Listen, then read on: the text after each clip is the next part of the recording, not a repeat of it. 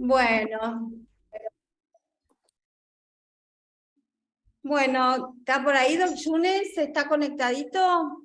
No lo puedo ver porque puse ya para compartir la pantalla, pero no puedo pasarlo. Ay, esto qué desgracia.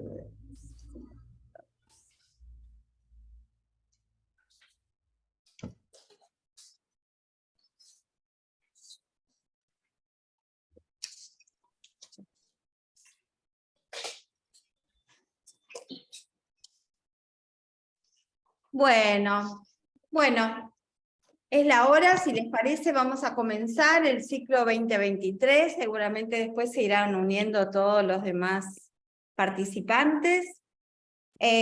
Bueno, quería saber cómo están ustedes. Espero que estén bien, que estén bárbaros. Bueno, vamos a comenzar otro ciclo más del capítulo de Psiquiatría Infanto-Juvenil de la Asociación Argentina de Psiquiatras. Este año quise comenzar, vamos a tomar una serie de lineamientos que fuimos charlando con gente del grupo. Algunas cuestiones van a tener que ver con neurodesarrollo, diagnóstico diferencial, pero para las charlas de este año lo que estuvimos pensando era hablar cuestiones clínicas más breves, sin puntuaciones, donde se pueda participar directamente con la interacción del público para que las charlas no sean tan prolongadas y después puedan ser más fáciles de escuchar. Tenemos varios proyectos también de hacer entrevistas con expertos, de hacer cursos que se irán subiendo a la plataforma de nuestro capítulo y luego ir publicando. En la plataforma como para que quede el material de este año. Bueno, este año tuve el gran placer de conocer personalmente al doctor Roberto Serrano, que estuvo acá de visita en la República Argentina. La doctora Añese nos invitó a su casa y tuvimos una hermosísima cena con Reina, que es su esposa, con unos amigos y con el doctor. La verdad que fue hermoso encontrar esa juventud hermosa en esa experiencia y en ese saber y esa humildad, ¿no?, de los grandes, como con el doctor Yunes, la doctora Añese y todos los que nos acompañan, expertos acá en nuestro equipo, que nos van aportando su saber, así que veo que llegó bien, doctorcito, a Estados Unidos, así que me da mucha alegría verlo ahí, ¿eh? Paralelamente, bueno, el doctor Yunes estuvo haciendo un viaje majestuoso, se cruzó todo el Atlántico y anduvo con el transatlántico por las Europas, Turquía, Grecia, mandando unas fotos majestuosas que algunas compartimos. Estuve en contacto con muchos de ustedes, Fernando, hoy Gracielita por ahí no va a estar. Pero bueno, pasaron muchas cosas en este tiempo. Una de ellas fue que ustedes saben que yo tengo 2 hijos con retraso mental y gracias a Claudia Arberas y al doctor Ruggeri pudimos abordar finalmente un diagnóstico genético a través de un método que es el método Array, que es un estudio genético molecular bastante moderno, que se está haciendo acá en la Argentina, en el laboratorio Genos, donde pude diagnosticar que mi hijo mayor tiene un síndrome que es una deleción del cromosoma 22 y una duplicación del 9, ambos dan un cuadro clínico de trastorno del espectro autista. El del 22 se llama Phelan-McDermid y el del 9 tiene, bueno, otro nombre también. Eso ha llevado que nos hagamos todos los estudios, algunos no están. La doctora Arberas nos asesoró y nos dijo que necesitaríamos hacer primero un cariotipo ampliado, mi esposo y yo, que nos ha dado normal, así que bueno, estamos esperando el resultado de mi otro hijo que tiene problemas y de los otros 2 que tienen un fenotipo sano, pero bueno, se los iré diciendo porque está bastante involucrada con nuestra profesión. Bueno, si les parece, doctor Yunes, ¿dónde anda el doctorcito Yunes? ¿Está por ahí? Parece que no se puede conectar o que está muteado. No sé por qué. Está, pero no se escucha. No, no sé por qué no se escucha. Y no está muteado. No sé qué pasará. Pobre, debe estar sufriendo.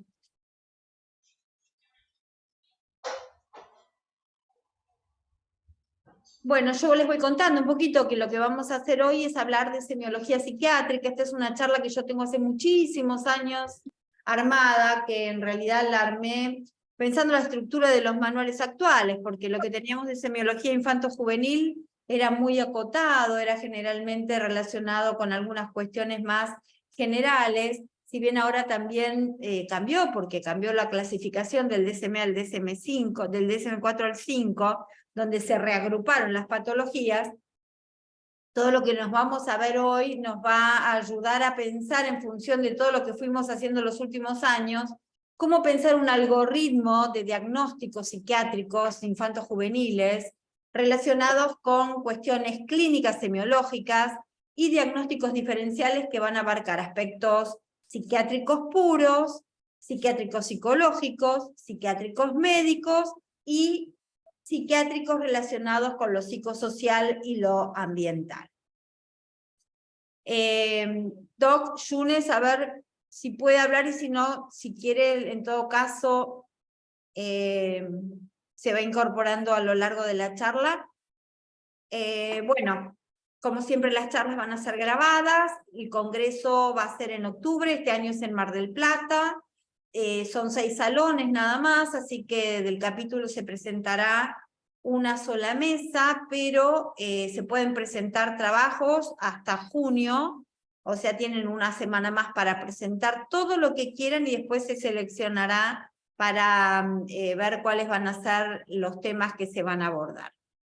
Bueno, el tema, me voy a presentar, soy la presidenta del capítulo, mi nombre es Marcia Breyer, soy psiquiatra infanto-juvenil, me desempeño como jefa del Departamento de Docencia e Investigación de este hospital, que es el doctora Carolina Tobar García, al que pertenezco hace más de 40 años. Además, estoy a cargo de la subdirección de la carrera especialista de la sede del hospital, cuyo director es el doctor Roberto Yunes. Y además, bueno, estoy perteneciendo, gracias a las conexiones que se me dio la oportunidad de hacer con este grupo, a la red WARMI, que comanda la doctora Rubí Castilla Puentes. Estoy como vocal de la Federación Latinoamericana de Psiquiatras Infantiles, así que bueno, bien metida en el tema de psiquiatría infanto-juvenil. Bueno, vamos a comenzar con la charla de hoy. ¿Por qué no la escucho? Miren, tienen que apretar los micrófonos de arriba ustedes si no me escuchan bien, porque hay gente que me está escuchando y otros que por ahí no me pueden escuchar. Pero eso es porque hay como un micrófono arriba en la parte de ustedes, y entonces si lo activan me van a escuchar. Bien, bueno, lo que vamos a empezar es viendo la estructura de este hospital. No sé si ¿ven el cursor ustedes? Sí. Bueno, Sí. Bueno, nosotros pertenecemos a un hospital que es especializado, antes lo llamábamos monovalentes, no nos gusta este nombre, así que lo hemos llamado especializado, y nosotros tenemos una dirección con una subdirección que ahora abarca las que abarcaban antes, que se subdividían en médica y en de prevención, ahora es solamente una subdirección, y hay distintos departamentos. En el hospital tenemos el departamento de psicopatología, el departamento de atención de internación y hospital de día, el departamento de enfermería, el departamento de servicios complementarios, que serían los servicios generales de otros hospitales, el departamento de servicio social, el servicio de prevención y acción comunitaria, y el de prevención y acción, sí, acá tengo el cuadrante, y no sé si me estoy comiendo algo que ustedes vean y que yo no estoy viendo, pero bueno.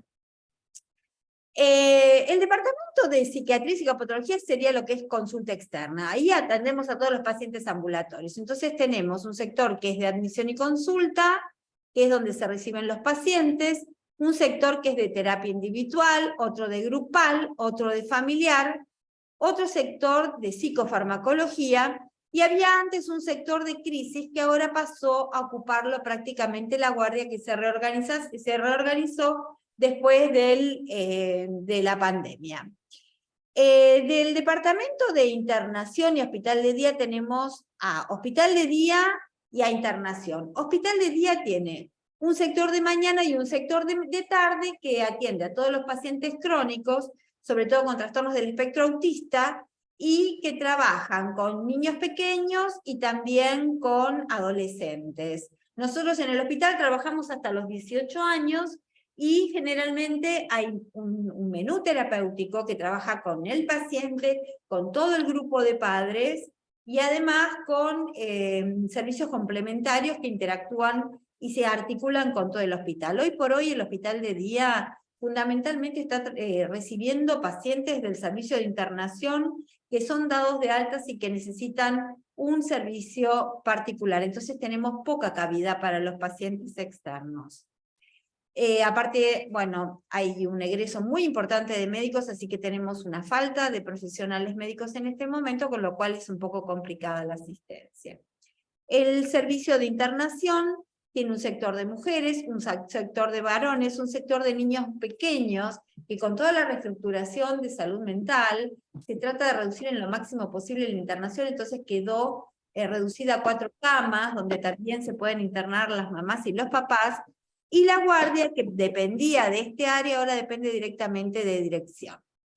La guardia está habilitada a las 24 horas y tomó un protagonismo muy importante en los últimos años después de la pandemia, porque el servicio de guardia ahora puede trabajar con los chicos aproximadamente hasta 2 semanas, inclusive se cambió la parte física de la guardia, atienden a pacientes muy, muy graves y generalmente en crisis, o sea que son brotes de tipo esquizofrénico catatónico, esquizofrénico paranoide, intentos de suicidio, trastornos de comportamiento muy severos que se asisten en la guardia, entonces eso reduce bastante la necesidad de que el paciente después pase al piso de internación, donde el criterio de la internación de nuestro hospital es un criterio de internación más agudo.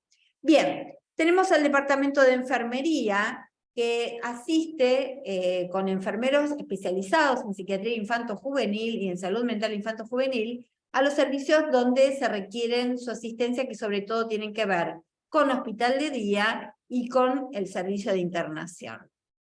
El rol del enfermero es muy importante porque es el que está con el paciente las 24 horas y es el que está en contacto con el médico de guardia y con el médico de los servicios, diciendo cuáles son las necesidades particulares de cada paciente. Luego tenemos al departamento de servicios complementarios, que ustedes verán que así como en un hospital general son los servicios fundamentales, en nuestro hospital tienen un rol complementario porque fundamentalmente es un hospital de salud mental que atiende patología aguda, crónica, ambulatoria. Entonces tenemos un sector de pediatría, un sector de neurología y electroencefalografía, el sector de odontología muy especializado, que hemos ya tenido charlas específicas de muchos de los colegas que trabajan en este sector con chicos tan severos. Un sector de fonoaudiología, que trabaja con todos los trastornos del lenguaje, de todo el hospital, está articulado todo el hospital. Psicopedagogía, también articulado con todo el hospital. El sector de laboratorio, que es el que se encarga de hacer los controles previos y posteriores de la medicación y que está muy articulado con pediatría, y una sección de farmacia que provee de medicación a los pacientes. En el área de servicios de prevención y acción comunitaria tenemos el servicio de psiquiatría y al servicio de orientación vocacional, y en el servicio de prevención, que es todo lo que es atención terciaria o prevención, no atención terciaria, prevención terciaria, que es la salida a la comunidad, tenemos terapia ocupacional, musicoterapia, terapia ocupacional laboral, donde se les enseñan a hacer tareas diferentes a los pacientes.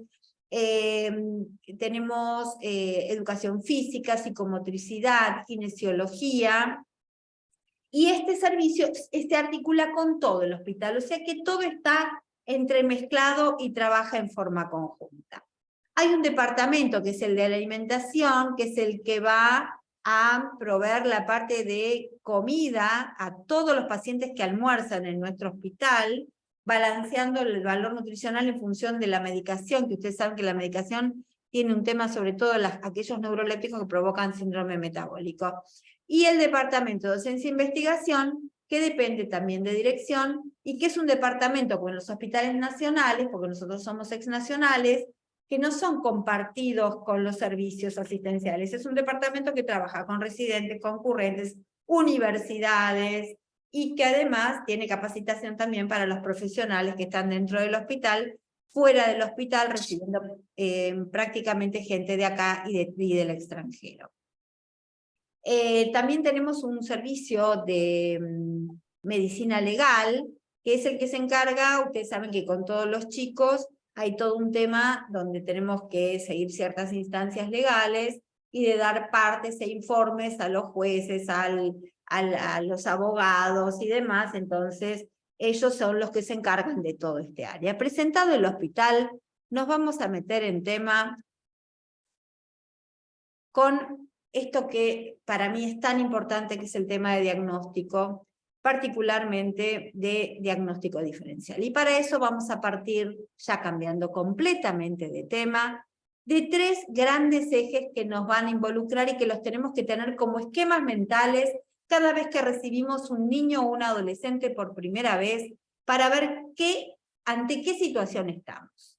Estos 3 ejes tienen que ver con el eje psiquiátrico-psicológico, donde están todos los cuadros psiquiátricos que nosotros vamos a ver y que después nos vamos a meter como para seleccionarlos en grupos didácticos.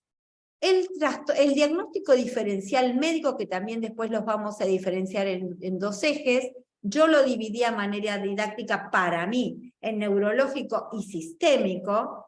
Luego vamos a tener el psicosocial y ambiental, donde aquí vamos a incluir todas las patologías psicosociales y ambientales que pueden dar trastornos psiquiátricos, pero que la etiopatogenia está relacionado con un factor social y no con un factor puro, funcional, psiquiátrico o psicológico, o un factor médico, donde haya una causa de algún órgano o de algún sistema que me esté provocando una sintomatología psiquiátrica.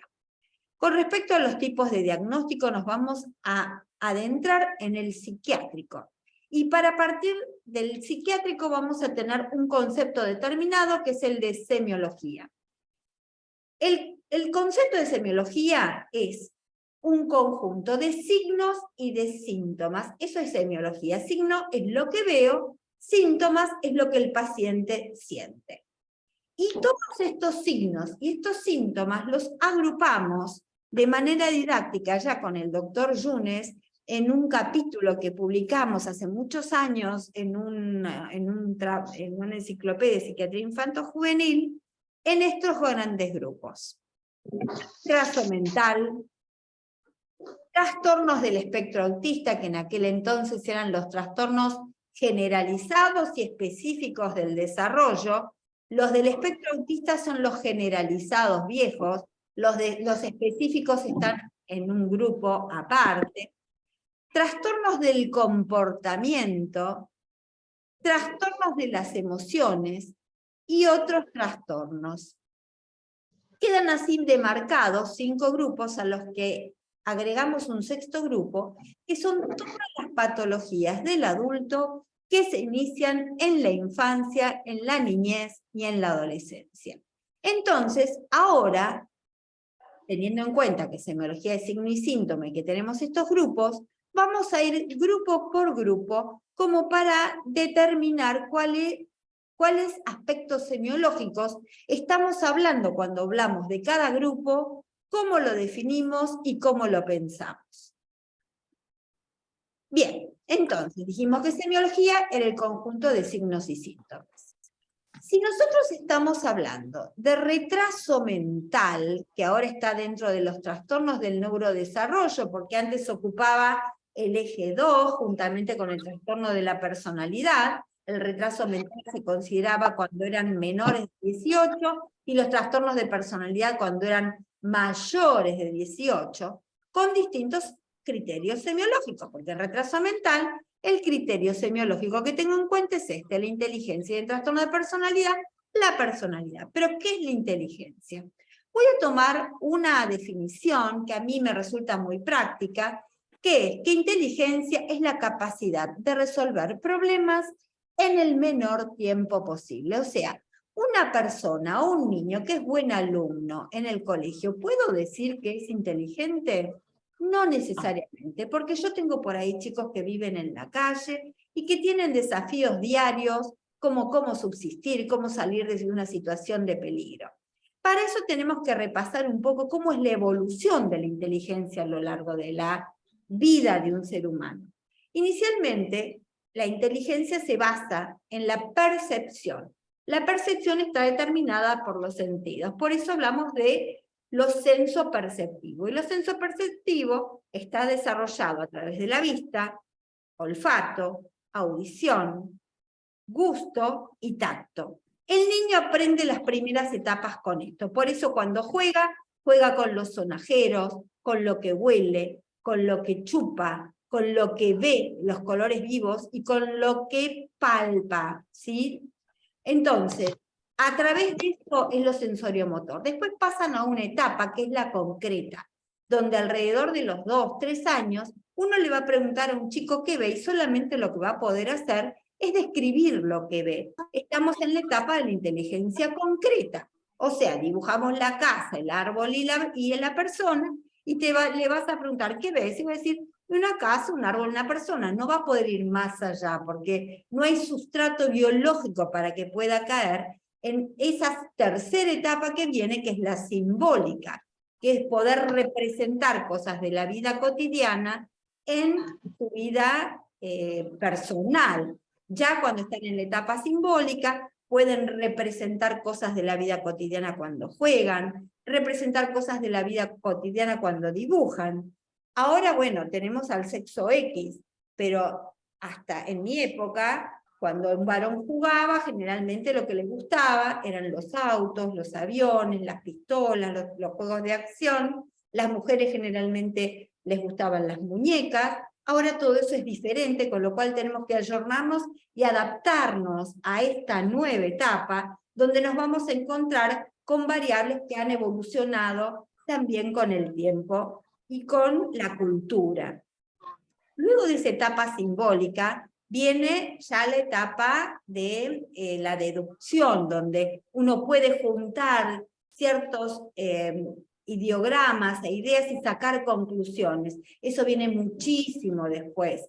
Aparece al final de los 4 años, ya a los 5 años se empieza a desarrollar mucho mejor, sobre todo en los chicos de ciudades desarrolladas, donde tienen mucho estímulo, y ya el chico puede sacar conclusiones por sí mismo. Y bueno, y ahí se va a ir desarrollando, donde ya justamente ustedes piensen que cuando un chico está en un colegio, puede empezar a jugar, puede hacer un juego deportivo donde puede aceptar reglas. Las reglas más básicas son, por ejemplo, las del judo, que las juegan cuando son chiquitos a los 4 o 5 años, y después se va complejizando, empiezan entre los 6 y 8 años con juegos más complejos como los de las reglas del fútbol, del hockey, del handball y demás, donde ya un chico puede sacar una conclusión, pensar una jugada y hacerla, y así también en la escuela, donde a partir de los 8 años uno puede ya interpretar un texto, resolver un problema en matemática, porque esa evolución deductiva permite que ya el chico pueda sacar una conclusión. Entonces tenemos dentro de la inteligencia, capacidad de resolver problemas en el menor tiempo posible, tenemos lo sensoriomotor, lo concreto, lo simbólico, lo deductivo, y luego ya lo más reglado y más complejo.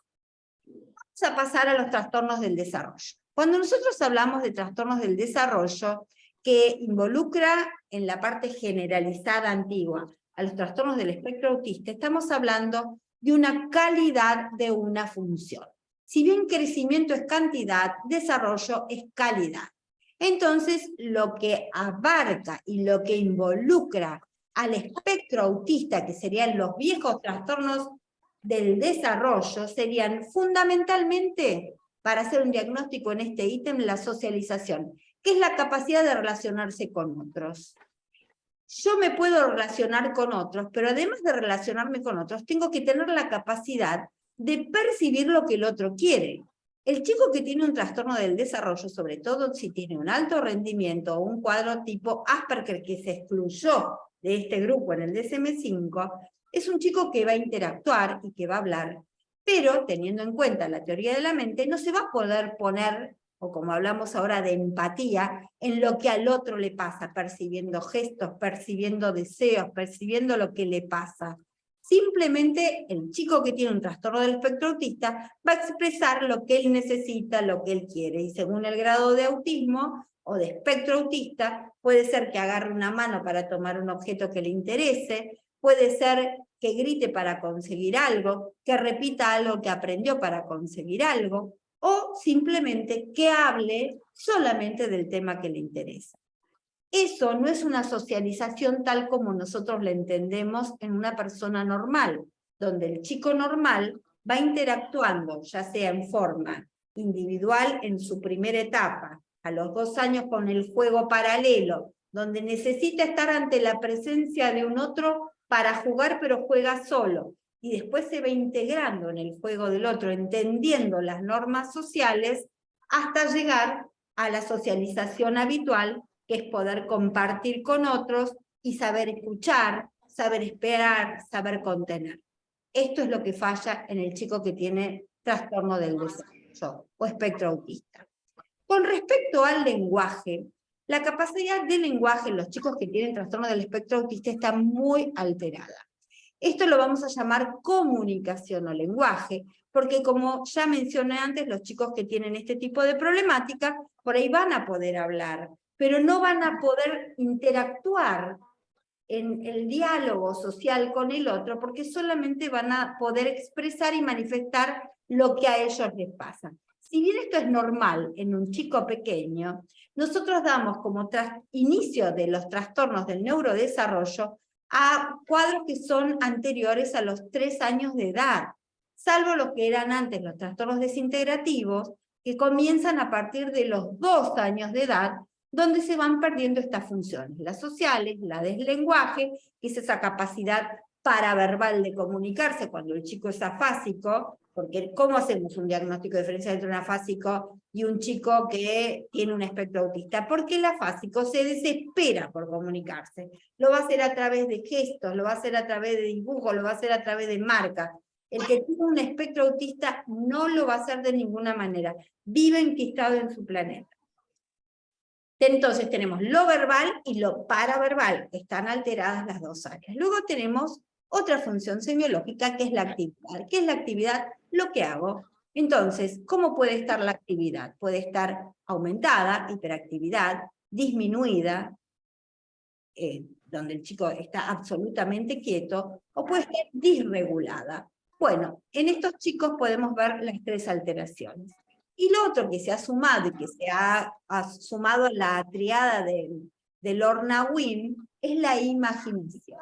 Porque la capacidad de imaginación es lo que permite al cerebro del niño ir desarrollando. Con eso juega, con eso inventa, con eso recrea, y con eso también se van formando nuevas interacciones neuronales.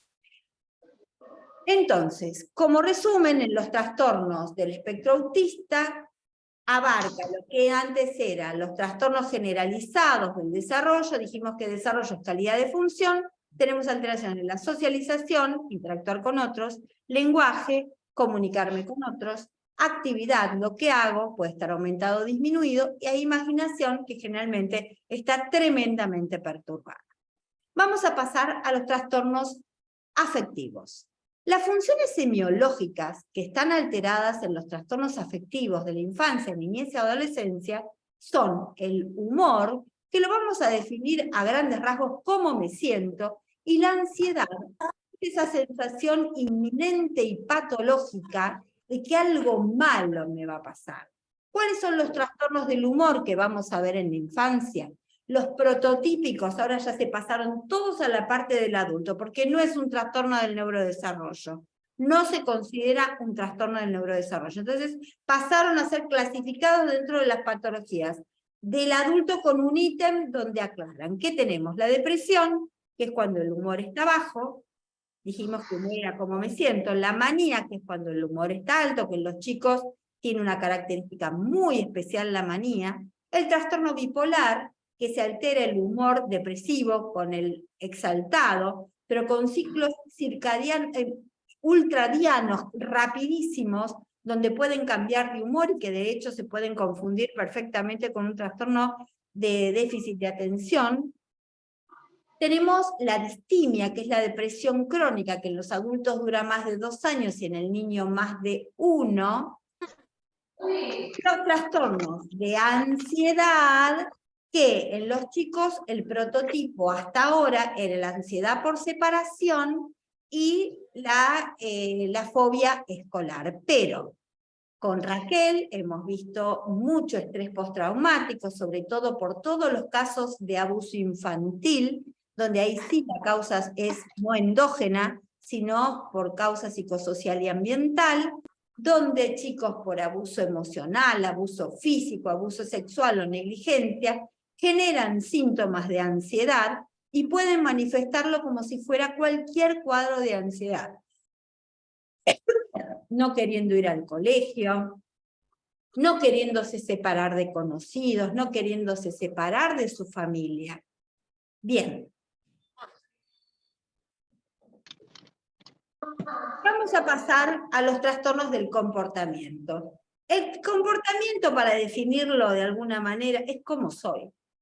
Entonces, ¿cuáles son las alteraciones que nosotros vemos que esto sí se subdividió en el DSM-5 y parte corresponde a los trastornos del desarrollo, del neurodesarrollo, y otra parte pertenece a la parte del adulto, donde vamos a tener que ir a buscar ahí algo que ahora ya salió de esa clasificación.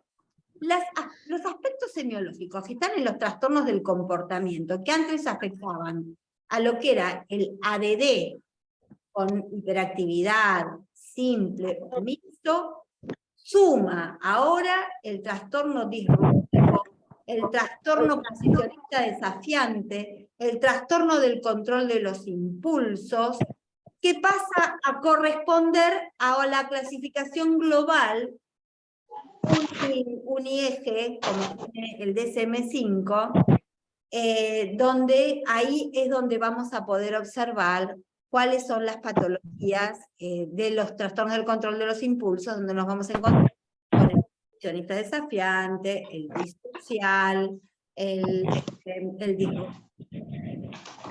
bien, el disregulado. Bueno, en los trastornos del comportamiento, entonces, las funciones semiológicas son la atención, que lo que falla acá particularmente es la atención voluntaria. Nosotros la atención la podemos dividir en la voluntaria y en la involuntaria. Podemos decir que es la capacidad de concentración, para darle un nombre. ¿Cuándo? Cuando es la voluntaria. Y la involuntaria es la que nos preserva de nuestro medio ambiente. Entonces, un chico, para regla mnemotecnia, tiene que atender una cantidad de minutos multiplicada la edad cronológica aproximada con 3. Por ejemplo, un chico de 2 años puede atender en forma voluntaria 6 minutos. De 4 años, 12 minutos, y así exponencialmente hasta tal punto que a los 6 años, cuando tienen 12, ya pueden concentrarse y atender una cantidad de 18 minutos, que es casi una hora escolar, donde pueden comenzar a resolver situaciones mucho más complejas. Entonces, la atención la vamos a llamar a la voluntad y la capacidad de concentración. Después tenemos la actividad, que es lo que yo hago.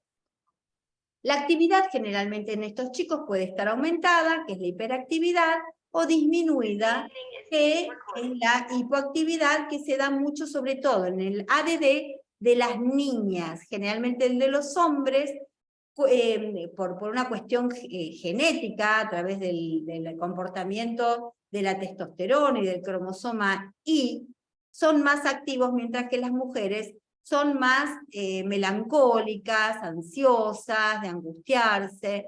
Entonces lo que vamos a ver más, si bien hay muchas nenas con trastornos de hiperactividad, lo vamos a observar más en hombres. Y otra cosa, el trastorno del control. Chicos, hay alguien que no se muteó, por favor, si se mutean les agradezco. No sé quién es que no está muteado, pero no puedo... ya puedo ver para pedirles que se muteen. Bueno, y después lo otro que tenemos es el control de los impulsos, que es esa capacidad de freno que yo tengo como para poder detenerme y decir, tengo que intervenir, no tengo que intervenir. Normalmente un chico ya a los 4 años tiene capacidad para controlar su impulsividad. De todos modos, ya les dije que todo lo que tiene que ver con trastornos del control de los impulsos pasó de cuerpo a otro grupo de patologías que no están dentro del neurodesarrollo. Si bien... Pero discúlpame, Marcia. ¿Cómo? Discúlpame. Viviana Laura Robledo es la que está... tiene que mutuarse. Gracias, Ferchu. Bien, entonces el control de los impulsos es la incapacidad que uno tiene para esperar turnos, la impulsividad para interrumpir, la impulsividad para frenarse, que cuando ustedes le preguntan a un chico qué le pasó, lo que les va a decir, no podía parar. Empiezo, pero no puedo parar, te dicen, ¿no? Entonces, bueno, ahí hay también que hacer otro tipo de diagnósticos diferenciales. Vamos a pasar a este otro grupo. En el medio hay otros cuadros, ¿eh? Tenemos trastornos de comportamiento de la conducta alimentaria, tenemos el trastorno de comportamiento por tics, tenemos el trastorno de comportamiento del control de esfínteres, donde tenemos la enuresis y la encopresis, que no tienen estos cuadros semiológicos que yo estoy mencionando, pero que están entre medio del trastorno de comportamiento y del trastorno de las emociones. Lo que omití también nombrar son los trastornos específicos del desarrollo. Acuérdense que cuando yo hablé del desarrollo, hablé de calidad de función. ¿Querés llevarte Bien, un era tupper con cantidad de función. A ver quién se tiene que mutear. A ver, ¿hay alguien que se tiene que mutear? Bien. Te llevas un Los tuppercito con las... específicos. María Pellegrini. María María Pellegrini. Pellegrini, por favor, si se puede mutear. Bueno, María Pellegrini. hola. Sí, ¿te podés mutear, por favor? Sí, perdón. Gracias. Bien. Entonces, dentro de los trastornos específicos del desarrollo tenemos los trastornos de aprendizaje, los del lenguaje y de la conducta motora. ¿Sí? Dentro de los de aprendizaje, ustedes saben que es lectura, escritura, cálculo matemático, de lenguaje expresivo, comprensivo, mixto y la espasmofemia, o ahora le cambiaron el nombre y no me acuerdo cuál es, que era la vieja tartamudez, ¿no? Bueno, eso también se incluyó dentro de los trastornos específicos del desarrollo del lenguaje. Vamos a ir a este grupo que es muy interesante, porque otros trastornos incluyen los trastornos de relación, de vinculación, el abuso infantil, que se va a manifestar con cualquiera de las semiologías de los grupos anteriores que les mencioné. Y por último, todos los otros trastornos de la infancia, niñez y adolescencia que se van a manifestar en forma madura por una cuestión del neurodesarrollo cerebral, pero que se van a empezar a manifestar en la infancia, niñez y adolescencia también, como cualquiera de los grupos. Porque yo acá no estoy mencionando todo lo que tiene que ver con psicosis y esquizofrenia, que lo empezamos a ver desde muy chiquititos, pero los confundimos con estos cuadros que yo les dije, porque después recién en la adolescencia o en la adultez se van a ir perfilando para los tipos de psicosis del adulto o de esquizofrenia del adulto, donde lo que primero vamos a ver es la hebefrenia o la evoidofrenia, que hoy por hoy son la esquizofrenia simple. Vamos a empezar a observar también esquizofrenias de tipo paranoide, la esquizofrenia desorganizada, la catatónica, que también tienen síntomas donde fundamentalmente el aspecto semiológico que está alterado es la socialización, una desorganización del pensamiento, una desorganización del lenguaje, donde en la paranoide lo que predomina es la desorganización de lo sensoperceptivo, sobre todo auditivo, en lo simple, la falta de motivación, en lo catatónico, lo alterado de la motricidad. Y bueno, y después vamos a ver todo el resto de las patologías, los trastornos del sueño, los trastornos de la conducta alimentaria, como ya mencionamos, la depresión, la ansiedad, y los trastornos de despersonalización.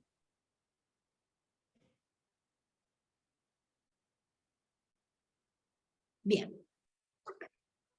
Bien, entonces, ¿cómo diagnosticamos a un niño? Generalmente lo que hacemos primero es hacer una entrevista con todo el grupo familiar. Esto es lo que hago yo por lo menos en la consulta privada. Lo primero que hago es citar a los papás para que me cuenten qué es lo que está sucediendo. Trato de no hacer la primera entrevista con el chico, aunque sea un adolescente. Entonces ahí lo que hago es, bueno, un esquema que después les voy a mostrar, de historia clínica, como para saber qué es lo que está sucediendo. Luego, en un segundo tiempo, tengo la entrevista con el chico o el adolescente, luego hago la entrevista con los padres, después uso herramientas que los chicos hoy por hoy son la palabra, los medios informáticos, el juego, el dibujo, todas las técnicas psicodiagnósticas trabajadas conjuntamente con los neuropsicólogos o los psicólogos que puedan ayudar para hacer el diagnóstico. Entonces, el esquema es, primero hacer la entrevista, de ahí hacer una buena historia clínica, y después pedir una serie de baterías que para mí son fundamentales, que son los estudios complementarios. Y yo también tengo un esquema que me hice mental propio. Los divido en todo lo químico que tiene que ver sangre, orina, ADN, líquido cefalorraquídeo, lo electrofisiológico, que tiene que ver con todo lo que es la conducta eléctrica del cerebro, los estudios anatómicos, donde veo una tomografía computada, o una resonancia magnética y puedo ver la ubicación y las alteraciones de sustancia gris, sustancia blanca, si hay tumores, si hay alteraciones vasculares, que ahora se pueden pedir también funcionales, los estudios funcionales como el PET, el SPECT, las tractografías, los cerebros en default, todo lo que siempre nos cuenta permanentemente Darío Saferstein cuando nos da sus charlas, donde yo puedo tener un panorama de diagnóstico diferencial, obviamente siempre trabajando de la mano con un equipo interdisciplinario con pediatras y neurólogos o especialistas de determinadas áreas. Hoy por hoy ya vieron que con todo lo que me pasó a mí con el tema de mis hijos, todo lo genético es sumamente importante, sobre todo con lo molecular, hacer una buena historia clínica como para saber qué antecedentes patológicos hay en todo ese grupo familiar, porque probablemente siempre haya alguien parecido si es que no hubo una rotación, una mutación genética, como siempre nos explica Claudia, de novo a través de alguna alteración genética que se haya podido provocar a través de las células germinales o por sustancias exógenas. Pero bueno, el diagnóstico diferencial es fundamental, entonces trabajar con un equipo multidisciplinario nos va a ayudar mucho a llegar a un mejor diagnóstico y hacer una mejor terapéutica. El esquema para hacer una buena historia clínica tiene que ver fundamentalmente con un buen interrogatorio. El interrogatorio puede ser una consulta abierta, dirigida, semidirigida, y a través de esto lo que hay que preguntar siempre es el motivo de consulta, por qué consultan en este momento, saber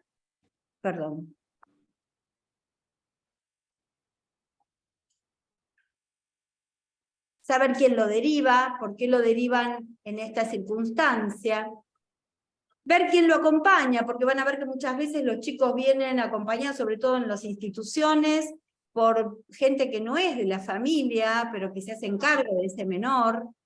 ¿Por qué consultan en este momento? Es muy importante, porque puede ser que los papás no se hayan dado cuenta, o la familia no se haya dado cuenta, y por una derivación o de la escuela o de los pediatras.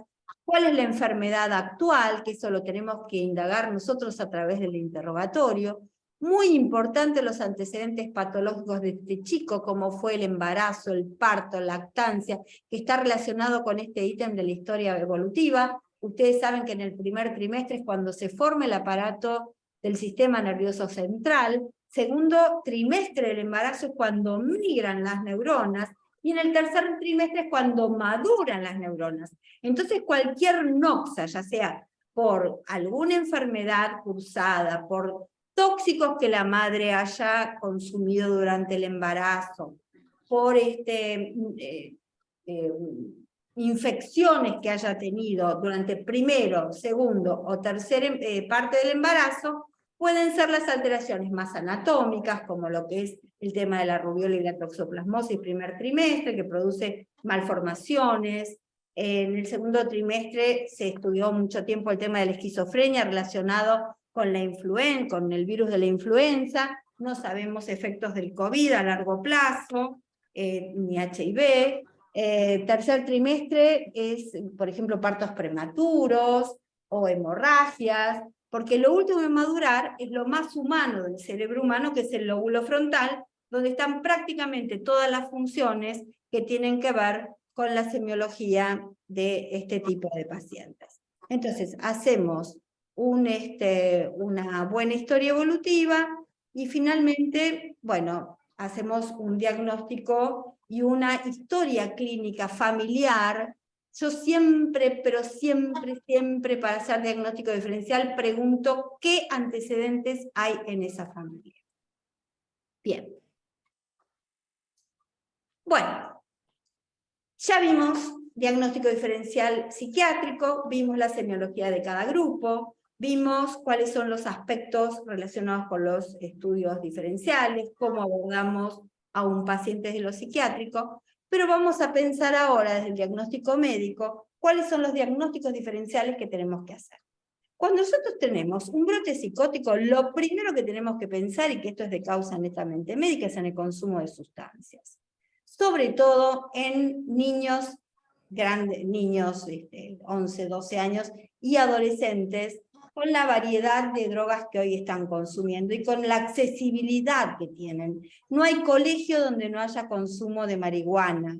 Hay millones de drogas nuevas, de síntesis, y no de síntesis, que los chicos consuman. Nosotros acá en el hospital teníamos muchos inhalantes, Paco en su momento, marihuana, o sea, depende la zona donde ustedes se muevan y atiendan pacientes, el tipo de consumo que va a haber, porque luego cada vez hay acceso a drogas más caras, cada uno da su sintomatología. Tenemos la marihuana, que da una cuestión más desinhibitoria e hilarante, y luego da en la abstinencia un cuadro de depresión con bulimia. Tenemos la cocaína, que da un cuadro de excitación y luego puede confundirse con un cuadro de brote esquizofrénico, con los distintos tipos y síntesis y purezas de los derivados de la cocaína, y las mezclas de drogas y alcohol que están haciendo hoy los chicos, que realmente dan cuadros psiquiátricos severísimos. Entonces lo primero que tenemos que ver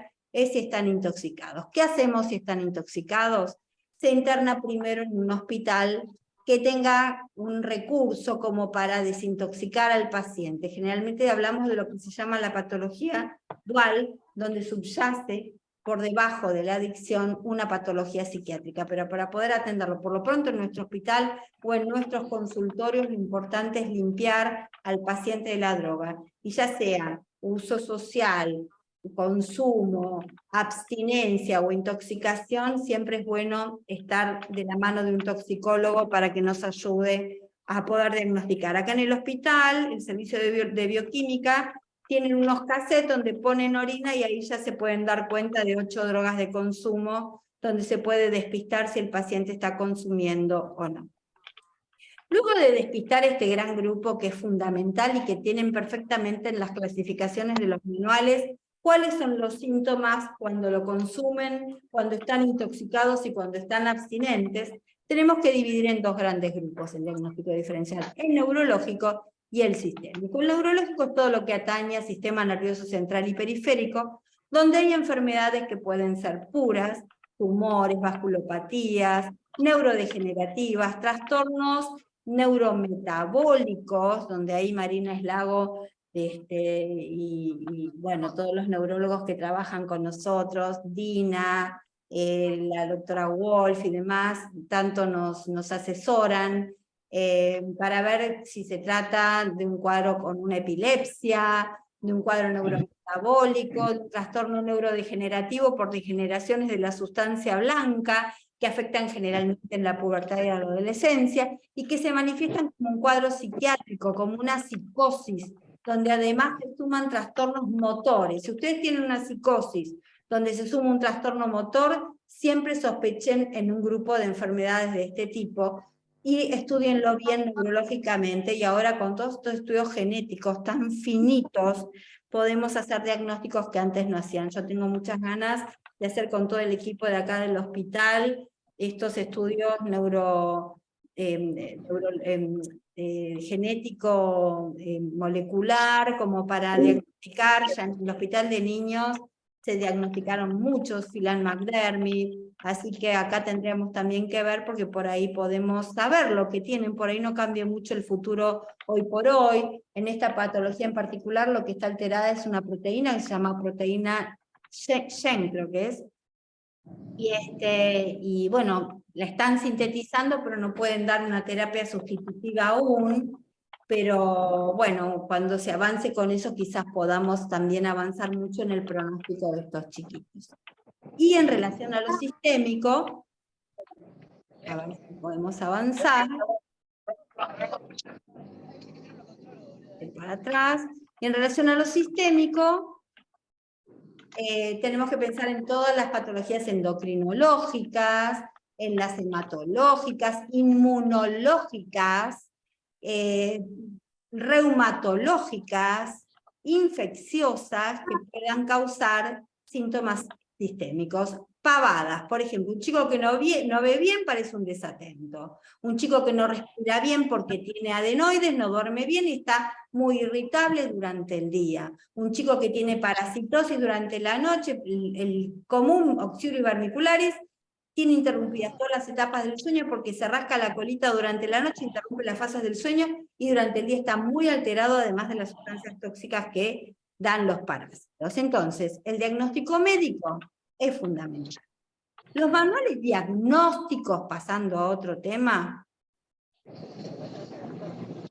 bueno, son el DSM-4TR sustituido por, y el CIE-10, que ya están sustituidos por la CIE-11 y el DSM-5, que son los manuales actuales, pero hoy por hoy nos siguen pidiendo la CIE-10 en el gobierno de la Ciudad de Buenos Aires y el DSM-4, en las obras sociales sobre todo. Pero en algunos lugares ya el DSM-5 corre. Bueno, esto lo voy a pasar.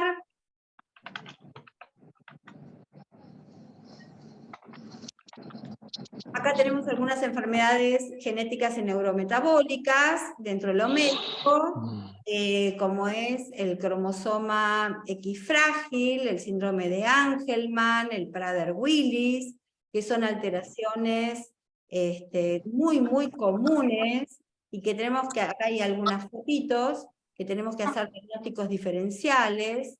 El X frágil, que es la repetición del triplete citosina, guanina, guanina, que según qué cantidad de tripletes sea el que se repite, dependa la gravedad de la enfermedad. Acá tenemos el Prader-Willis, que son estos chicos gorditos con cierto retraso mental, pero si esto se da en otra pata del cromosoma, tenemos el síndrome de Angelman, que son estos chicos que se ríen muchísimo todo el tiempo. Es muy importante el asesoramiento genético, esto es lo que estamos haciendo ahora con mi familia a partir del diagnóstico de mis hijos, como para que por lo menos puedan elegir si quieren o no tener hijos, ¿no? Y tener su anticipación y su riesgo. Bueno, otro grupo de enfermedades también sistémicas que nos dan cuadros son enfermedades digestivas, como lo que puede ser la enfermedad celíaca, que es la falta de absorción, procesamiento por enzimas alteradas del gluten, de la proteína del gluten, que no se puede metabolizar, entonces se daña terriblemente el intestino y esto va provocando intoxicación cerebral, entonces pueden debutar con cuadros psicóticos, así que es un buen diagnóstico para hacer. La enfermedad de Crohn, que es la ileitis terminal, síndromes de mala absorción, que tienen la importancia, ¿por qué? Si un chico tiene un síndrome de mala absorción por distintas causas desde niño, no absorbe los alimentos básicos, entonces no puede formar proteína, formadora de neurotransmisores, grasas, formadores de mielina, glucosa, alimento fundamental del cerebro, entonces a la larga se produce un retraso mental. Entonces, todo esto es importante saberlo para saber qué terapia sustitutiva tiene que haber. Pero después puede haber otras alteraciones enzimáticas de distintas partes del intestino que pueden ir provocando distintas enfermedades, y el intestino no es más ni menos que el procesador de nuestros alimentos, y nosotros no somos seres completos, necesitamos aminoácidos esenciales, grasas y glucosa, porque no la tenemos en el cuerpo, entonces la tenemos que incorporar. Y por último, la gran vedette, que es la epilepsia, tenemos bueno, esta es la vieja clasificación, pero la frontotemporal es la más importante y la que tenemos que hacer diagnóstico diferencial, porque es un trastorno de comportamiento muy severo, y es donde tenemos que hacer el diagnóstico diferencial en el trastorno del control de los impulsos, sobre todo, para ver si no hay una descarga parcial simple, y ver si podemos ayudar a los chicos, que en ese caso no los tenemos que medicar con metilfenidato, sino que los tenemos que medicar con estabilizadores del ánimo. Bueno, como dije ya, el tema de las adicciones, las infecciones por HIV, y me voy a meter brevemente en todo lo psicosocial y ambiental. Hoy por hoy nosotros vivimos una convulsión social muy importante, una pobreza extrema, chicos que viven en la calle, situaciones de abuso infantil, trastornos relacionados con la adaptación por una migración multicultural, donde los chicos desarrollan trastornos de ansiedad, un trastorno de relación que puede estar dado con los padres. Nosotros hemos hecho un estudio con el doctor Yunes, vimos cómo los chicos empezaban mucho más temprano con los cuadros psiquiátricos, porque empezaban a manifestar cuadros de ansiedad que aceleraban. Esto tiene una lógica muy lógica, porque hay un aumento de corticoide, de glutamato, entonces si hay una malformación de toda la cuestión funcional, las esquizofrenias se manifestaban más tarde y los problemas severos también. Entonces, trabajar con un buen equipo de asistentes sociales y de psicólogos que nos permitan trabajar con todo esto en forma simultánea, nos va a también permitir compartir y hacer unos mejores diagnósticos y también un mejor tratamiento. Y bueno, y con esto cierro la charla y vamos a dar apertura a el debate del día de hoy. No sé si el doctor Yunes se pudo...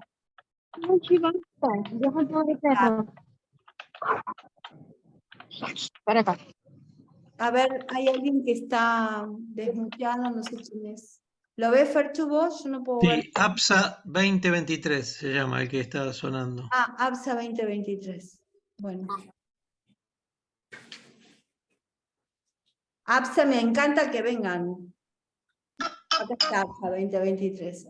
Sí, ya se muteó recién. Esto, bárbaro. Bueno, qué lindo que esté APSA. Bueno, me alegro. Bueno, si les parece entonces, Doc, ¿dónde está, doctor Yunes? Se está tratando de comunicar por teléfono, veo. A ver. Tiene el celular en la mano. Hola, Doc. Marcia, estoy escuchándote desde el principio, yo te escucho perfectamente. ¿Ustedes lo escuchan ahora? Sí. Escucho perfectamente bien. Bárbaro, pero nosotros lo escuchamos a través del teléfono ahora, así que usted puede regular el debate, doctor. Bueno, como no, yo lo que quiero decirles es que la presentación de la doctora Marcia Breyers ha sido una maravilla. Gracias. Yo verdaderamente me emociona mucho todo el aprendizaje que ha tenido y todo el desarrollo la doctora, y cómo lleva el servicio adelante y cómo lleva la especialidad adelante y cómo frente al problema que tiene con sus dos niños no se dejó amilanar y siguió adelante buscando soluciones. Yo quiero, bueno, ahora discúlpeme, yo estuve desde el comienzo, pero algo pasa en el micrófono. Bueno, yo quiero dar comienzo al debate. ¿Alguien quiere hablar? Porque por ahí la vi a la doctora Niesel, firme. No sé si ella quiere comentar algo. El primer comentario es que la presentación fue maravillosa, muy completa, muy actualizada y un instrumento extraordinario para poder ubicarse frente a un paciente que recién llega. Me deslumbra sin duda alguna la capacidad de Marcia para detallar cada uno de los grupos en los cuales involucramos diversas patologías, y también para su capacidad de actualizar permanentemente sus conocimientos y poderlos transmitir tan fluidamente. Así que felicitaciones, Marcia. Gracias, doctora hermosa, gracias. Yo creo que, Lucila, le tenemos que agradecer la cena con Alberto Serrano y Marcia, que pudo estar en contacto con él y conocerle. La Sí. verdad, sí, fue una emoción inmensa, inmensa, fue bárbaro. Aparte hasta hizo locro la doctora, porque como vino en mayo, dijo voy a hacer algo relacionado con la Argentina. Entonces hicimos unas empanadas exquisitas y un locro que no les cuento. Divina, además fue una cena preciosa, estaba también el licenciado Calmels y todo un grupo de profesionales de primerísima, fue una cena hermosa, y verlos al doctor Serrano y a Reina fue realmente un hito, para mí fue emocionante, muy lindo, muy hermoso. Les quiero decir que Reina Serrano es una gran artista plástica y me regaló una obra muy buena, que una parte de la obra se las puedo mostrar en este momento. Está inspirada en El amor brujo de Manuel de Falla, una obra musical muy importante, ¿no? Con un dibujo a tinta muy hermoso. Esta es una parte de la obra. En otro momento les participo la obra totalmente, porque está en otro lugar y hay que terminarla de enmarcar.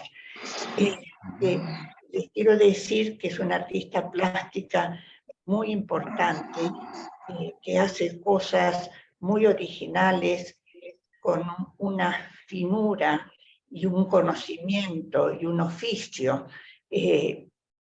fuera de lo común,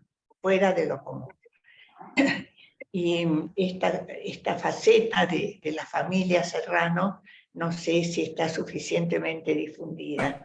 Entonces quería también transmitir esto, que me parece importante. Sí, la verdad, Lucila, que Reina es una maravilla y hace cosas fantásticas. Yo lo vi a Alberto al principio, no sé si sigue estando.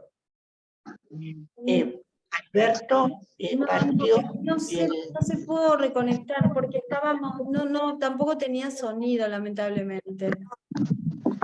No, Alberto no sé si está, porque iba a estar un rato, me dijo, iba a estar un rato porque tenía que acompañar a Reina al dentista. Entonces tenían un turno tomado previamente con el odontólogo. Bárbaro. Por Alberto. Fernando estuvo escuchando muy atentamente. Quiero su opinión. Sí, gracias Roberto. Bueno, felicitaciones Marcia, excelente tu presentación. Y un detalle que quería remarcar, que creo que se surge de tu presentación, tiene que ver con que el diagnóstico muchas veces, bueno, yo empecé siendo pediatra y desde pediatría se transmitía que había que descartar las enfermedades orgánicas antes de pensar en problemas psiquiátricos. Y yo creo que queda claro después de esta presentación que el abordaje de nuestros pacientes tiene que ser eh, a pleno en todas las dimensiones, desde lo médico, desde lo ambiental, desde lo psiquiátrico, o sea, lo emocional del niño, lo ambiental y lo médico no pueden descartarse unos con otros. Me ha pasado una paciente que ingresó por supuesta anorexia nerviosa y bulimia y terminó siendo una paciente diabética descompensada, pero eso no quita que la paciente diabética no esté padeciendo también una crisis de angustia o depresión o cualquier situación del orden de salud mental. Por lo tanto, el abordaje de pacientes complejos y también no tan complejos como puede ser en el ambulatorio, creo que hay que tener en cuenta todos los aspectos, como lo remarcó Marcia, al mismo tiempo y no pensar en la búsqueda de descartar una cosa médica para después ponerse a pensar en la cuestión de salud mental. Eso es lo único que quería remarcar. Y gracias. Lo que vos decís me llamó la atención, Marcia, porque yo he tenido un caso de Crohn en el hospital de clínica cuando trabajaba en sala. Y todos pensaban en una anorexia. Lo que pasa es que la anorexia nerviosa tampoco come, pero la enfermedad de Crohn es diferente. O sea que yo creo que hay que saber hacer bien los diagnósticos diferenciales. Y Coral, que está ahí calladita y que tiene mucho que decir. Hola a todos. Bueno, me sumo a las felicitaciones, la verdad, excelente. Me encantó la capacidad para poder abarcar todo, clarísimo y con una capacidad de síntesis. Grosísimo. Eso significa que ellos son de amor. Guillermo Segal, por favor, silenciarse. Sí, a ver, para los que llevamos muchos años en esto, yo contarme mi historia, he pasado por distintas etapas y hoy, digo, a ver, no digo negar la parte orgánica o la parte física, pero hoy por hoy el abordaje para mí es fundamental, es interdisciplinario.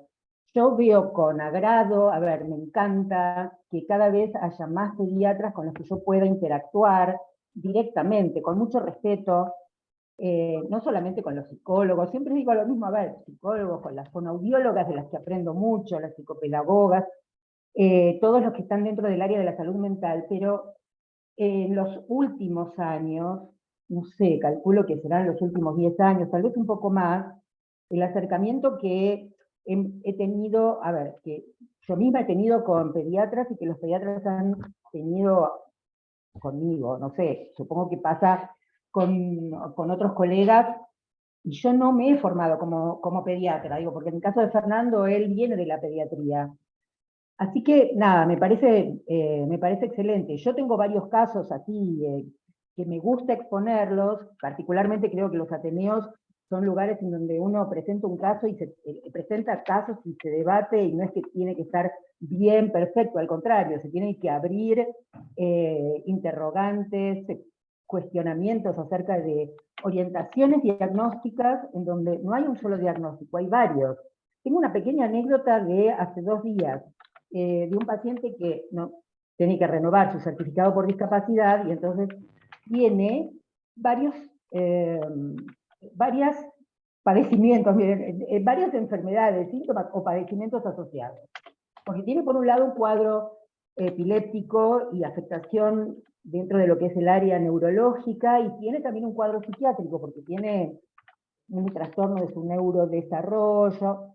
Bueno, y en la Junta, un niño chiquito, a ver, habla bastante mal, con un trastorno del lenguaje, entonces la Junta va con los diagnósticos y la Junta le devuelve no sé, el resumen de historia clínica, la planilla, y le dice a la mamá, bueno, mira, vos tenés que volver a la psiquiatra que te hizo esto y decirle que puso muchos diagnósticos. Tiene que elegir uno. A mí, a ver, puedo elegir uno. Esto, lo que figura en un papel, no es el tema importante. El tema es que la patología viene asociada. No podemos decir, ay, no, tiene esto, lo otro no nos corresponde. Y tenemos, como profesionales, no solo los psiquiatras, todos, un compromiso con el paciente para darle las mejores posibilidades. Así que bueno, nada, me encantó la presentación. Es como para abrir y, no sé, no abrir un debate sobre esta presentación porque está perfecta, digo, pero sí sobre cada uno de los ítems, patologías, no sé, es muy amplio, es muy amplio. Y espero que con esto que empezamos los Ateneos de este año, no sé, tengamos muchos temas que nos abra la posibilidad de muchos temas a presentar. Muchas gracias, muchas gracias. Cuando vos presentás un diagnóstico y con 2 o 3 diagnósticos del chico, no saben cómo hacer para caraturarlo o para ponerlo dónde. Entonces te piden que busques un diagnóstico para que ellos puedan ubicarlo dentro del encuadre que tienen, ¿no? Porque es bastante simplista, digamos. Pero bueno, cualquiera de los 3 le hubieran dado el certificado de discapacidad. Sí, absolutamente. Yo cuento, esto es como lo anecdótico, porque, a ver, aparece todos los días, a mí me pasa con bastante frecuencia, y yo digo, pucha, esto es una cuestión, no sé, de papeleo administrativa, ¿qué tiene que ver esto con el tratamiento? De hecho, entiendo que la función de un certificado de discapacidad, es para poder facilitar los tratamientos. Entonces no es, bueno, elijo uno, porque a lo mejor cada uno de los diagnósticos requiere un tratamiento que es diferente, un tratamiento, un diagnóstico. No todos tienen acceso a todos los diagnósticos. Está bastante complicado pedir, no sé, algunos estudios genéticos. Yo lo que hago es pedir la evaluación genética con un especialista y trato de comunicarme también con ellos, pero bueno, hay una cuestión ahí un poco, es administrativa, no es tan fácil hacer todos los estudios que se necesitan, que se requieren. Estaría bueno poder hacerlos todos, pero no es tan sencillo. Hola, a ver si se escucha. Hola, sí te escucho. Bueno, estábamos con un problema con la otra cámara, estamos con 2 cámaras acá en la Resi. Nada, queríamos agradecerte, Marce, por la presentación y bueno, felicitarte, sumamente claro y muy buen recorrido también de toda la clínica del hospital, muy valioso para nosotros y como para darle inicio a este nuevo año. Así que bueno, muchas gracias de parte de toda la Resi. Ahí están los compas. Qué lindos que son, como los quiero. Gracias. Pones. Marcia, Susi. quiero decir algo. Sí.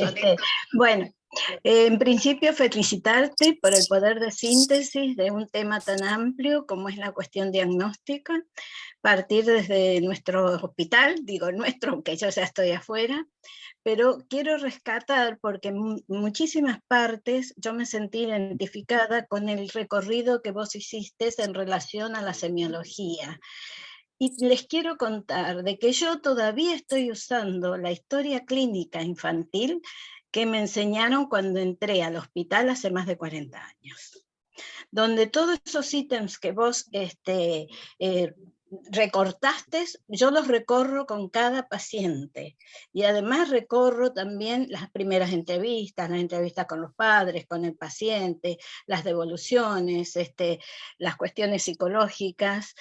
Y lo que me parece que los que no somos pediatras, o al menos desde mí, hay toda una, y hace tanto tiempo que nos recibimos y por más que estamos tratando de ayornarnos, a mí siempre me falta un poco esto de los nuevos estudios. porque como vos bien comentaste, las cuestiones genéticas cada vez hay más, y enfermedades clínicas que van apareciendo con trastornos mentales y que nos obligan a estar estudiando día a día. Así que esto que vos nos trajiste, la verdad, nos sirve mucho. Gracias, Marcia. Sí, siempre tan lindo escucharlos a todos, a vos, tan amorosos. Marcia, lee el chat. Ahí hay algunos comentarios. Sí, a ver. Chat. Espera que lo conecto. Si no, te lo leo. Y léeme vos, ¿podés? Sí, claro. Dale, por favor. Hernán, hola, hay varios, bueno, eso no. Olga, excelente exposición, Marcia, te felicita. Pedro, años que no escuchaba hablar de semiología, las últimas generaciones han dividido el cuerpo humano en cada vez más partes o especialidades más pequeñas. Me alegra oír de integrar al ser humano en su totalidad y no suma de partes. Y una felicitación de Victoria Angélica Flores para Marcia. Bueno, muchas gracias. Bueno, son todos flores para querida Marcia. El tema es que me emocionaron los residentes. No sabe lo que porque son. Aparte pusieron un cañón y se fueron todos a ver en el aula grande, no. Son un sol, ¿no? Es un grupo increíble. Bueno, pero verdaderamente te quieren mucho y Es se mutuo. puede hacer mucho en el hospital con los residentes, antes con los funcionarios. Dime. ¿Tienes una visita? Perfecto, espera que... Sí, ya está. Perdón. Sí. Ya muteé. Sí, doctor, escuchamos. ¿Qué pasó? No, estaba un micrófono desmuteado, nada más. Bueno, yo quiero decir lo que dijo Coral, me parece muy importante. O sea, y vos lo dijiste muchas veces, Marcia, lo interdisciplinario. Nosotros tenemos esa riqueza en el hospital porque tenemos todas las especialidades. Y yo aprendí mucho con las asistentes sociales, por ejemplo. Y con las neurólogas. Cuando entró ya el grupo de Mario, cuando trajo a Dina, después vino Lili, después vino la chiquita esta que hacía neurometabólica, que uno podía interactuar también con toda la parte de neurología, que era tan importante, que se hizo toda la parte de electro, de polisomno, o sea, todas las puntas, digamos, ¿no? Bueno, fueron el ingreso de las nuevas neurólogas. Eso fue muy importante para el hospital. Sí. Y son un balazo estas mujeres. La verdad que sí. Y yo aprendí mucho también de María Marta en fonoaudiología. Sí. Y aprendí mucho también en todo con Ana Papermester cuando trabajaba con el guante para tocar a los autistas, ese método que trajo de Estados Unidos y que el Gordo Palma lo hizo con esfuerzo y tesón, hizo el cuadrado con pelotas para todo el tema corporal. Sí, toda la estimulación sensorial. Sí, sensorial, el tema del plano inclinado. ¿cómo es? La goma que daba vuelta por toda la parte auditiva. La estimulación vestibular. Trabajaron. Pero muy bien. La verdad que sí. Bueno, bárbaro. Bueno, chicos, sí, Doc, si quieres cerrar, la verdad que me encantaría escucharlo a todos, pero este año queremos hacer las cosas un poquito más cortas. Yo me extendí bastante, la verdad que lo hice largo. Queremos hacer algo más breve, por eso no hicimos puntuación. Marcia, sí, acá preguntan en el chat, ¿dónde queda grabado? Seguimos subiendo en el canal, ¿no? Sí, lo subimos, ahora en cuanto, yo lo estoy grabando, así que después se los mando por el capítulo y queda en el canal de YouTube. ¿sí? Ahí subí el link al chat del canal nuestro, donde están todos los capítulos anteriores también. Excelente. Bueno, les cuento Bueno, antes de que para cierre, sí, antes que cierre le cuento que dentro de 2 semanas, el doctor Masquelet nos va a introducir en psicofarmacología. Vamos a hablar de ese tema. ¿Mm? Lucía, levanta la mano. Lucía. Lucila. Lucila. Está muteada. Quería decirles que en esta enumeración de profesionales que actúan para hacer un diagnóstico médico completo y un diagnóstico psiquiátrico completo, le doy mucha importancia a la armonía entre los profesionales que trabajan con un paciente, que eso permite una evolución mucho más rápida y mucho más satisfactoria que cuando hay demasiadas competencias entre los profesionales. Y la otra cosa que quería decirte, Marcia, que ahora tengo la obra de Reina Serrano para cerrar el Ateneo. Si me permiten, la voy a pasar. No sé exactamente cómo se hace con todo este tema, pero... Usted tráigala y muéstrela en cámara y va a salir. Y nosotros cerramos con esa hermosa imagen el Ateneo de hoy. ¿Qué le parece, doctor Yunes? Sí. Sí, me parece bárbaro.